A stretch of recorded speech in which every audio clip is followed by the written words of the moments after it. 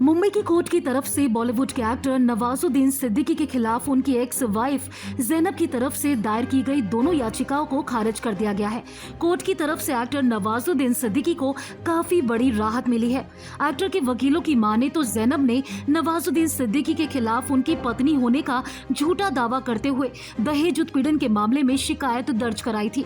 दोनों याचिकाएं खारिज होने से दहेज प्रताड़ना मामले में नवाजुद्दीन सिद्दीकी को बड़ी राहत मिली है। आपको बता दें, जैनब ने मुंबई के वर्सोवा थाने में नवाजुद्दीन सिद्दीकी और उनकी मां के खिलाफ आईपीसी की धारा 498 और धारा 509 के तहत एफआईआर दर्ज करने के लिए कोर्ट से निर्देश की मांग की थी। एक्टर के वकील अदनान शेख और दृष्टि खुराना ने अपनी लेटेस्ट इंटरव्यू में बताया कि कोर्ट ने दोनों मामलों को तलाक के दस्तावेज पेश करने के बाद खारिज कर दिया है। अब देखना ये होगा कि नवाज को उनके दोनों बच्चों की कस्टडी मिलेगी या फिर नहीं। इस मामले में तो नवाजुद्दीन सिद्दीकी को कोर्ट की तरफ से राहत मिल गई। दूसरी तरफ एक्टर अपनी पत्नी आलिया सिद्दीकी से चल रही कानूनी लड़ाई के बीच कई बार अपने बच्चों और उनकी शिक्षा को लेकर चिंता जाहिर कर चुके हैं। हाल ही में नवाजुद्दीन सिद्दीकी ने कहा था कि वो चाहते हैं कि बच्चों की पढ़ाई में कोई रुकावट न आए और वो दुबई वापस चले जाएं। वहीं इस पूरे मामले में एक्टर की पत्नी आलिया के वकील रिजवान सिद्दीकी का बयान सामने आया।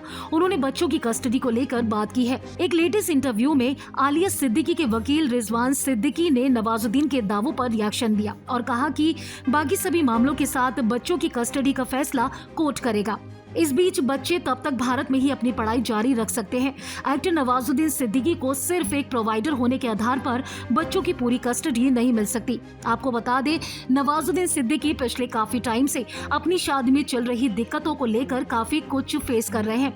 आलिया सिद्दीकी, जो कि नवाजुद्दीन सिद्दीकी की पत्नी है, उन्होंने एक्टर पर गंभीर आरोप लगाए। उनका कहना था कि एक्टर ने उनके साथ कई बार बदतमीजी की और यहाँ तक कि उन्हें घर में कैद भी रखा। हाल ही में नवाजुद्दीन सिद्दीकी की मेड का बयान भी सामने आया था। मेड ने नवाजुद्दीन सिद्दीकी पर यह आरोप लगाया था कि दुबई में अपने बच्चों की देखभाल करने के लिए वो उन्हें इंडिया से दुबई लेकर आए, लेकिन यहाँ पर वो उन्हें अकेले छोड़कर चले गए और ना ही उन्हें सैलरी दी और ना ही वापस आने के लिए उन्हें टिकट दी जा रही है। हालांकि 2 दिन के बाद नवाजुद्दीन सिद्दीकी की मेड का बयान बदल गया और उसने ये तक कहा कि उसने जो कुछ कहा वो दूसरे किसी के कहने पर किया था। नवाजुद्दीन सिद्दीकी पर लगातार जो नए आरोप लगा रहे हैं, उसके बाद उनके फैंस भी काफी हैरान है, क्योंकि बॉलीवुड के जाने माने एक्टर हैं नवाजुद्दीन सिद्दीकी और उनकी पत्नी जिस तरीके से लगातार उन पर गंभीर आरोप लगाती नजर आ रही हैं, ये अपने आप में काफी हैरान करता है। आलिया सिद्दीकी के वकील रिजवान ने नवाजुद्दीन और उनके परिवार पर आलिया को प्रताड़ित करने का आरोप भी लगाया। उन्होंने कहा कि नवाजुद्दीन सिद्दीकी और उनके परिवार के मेंबर्स ने कई दिनों तक मेरी क्लाइंट को खाना नहीं दिया,